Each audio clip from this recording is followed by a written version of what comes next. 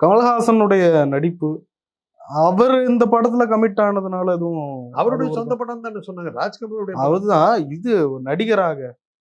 கதை சரியில்லாதனால இப்ப அவருக்கும் கெட்ட பேரும். எந்த படமா இருந்தாலுங்க, இப்போ விஸ்வரூபம் படத்தை வந்து 1000 விளம்பரம் எது சொன்னாலும், ஒரு சண்டை காட்சி. ம். அவர் வந்து இது பண்ணும்போது, நான் தொழுகை பண்றேன் அப்படின்னு சொல்லிட்டு இது பண்ணுவார். அந்த சீனுக்காக ஓடிச்சுங்க அந்த படம். என்ன மாதிரி ஸ்டண்ட் சீன். கை துண்டா எகிரிட்டு விழுவும். பயங்கரமான சீன். அதுலதான் அந்த படம் ஒண்ணு. அது மாதிரி கமலுக்கு அவர் ஒரு பெண் தன்மை உள்ள ஆளா வருவார். ஒரு டிரான்ஸ்ஜெண்டர் மாதிரி வருவார். ஆனா அவருடைய ஆக்ரோஷம் எல்லாம் பாத்தீங்கன்னா பயங்கரமான வெறி பிடிச்ச மனிதர். அந்த அளவுக்கு கேரக்டர் வித்தியாசம் காட்டாங்க இருந்தது.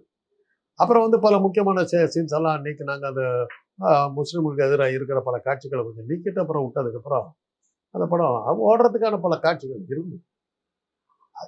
இந்த படம் என்னன்னு புரியல. எந்த இங்கிலீஷ் எந்த வெளிநாட்டு படம் அது சரியா தேர்ந்தெடுக்காம மணிரத்னம் கோட்டை விட்டாரு. அந்த படத்தை செலக்ட் பண்றதுல தப்பு பண்ணிட்டு இருக்காரு.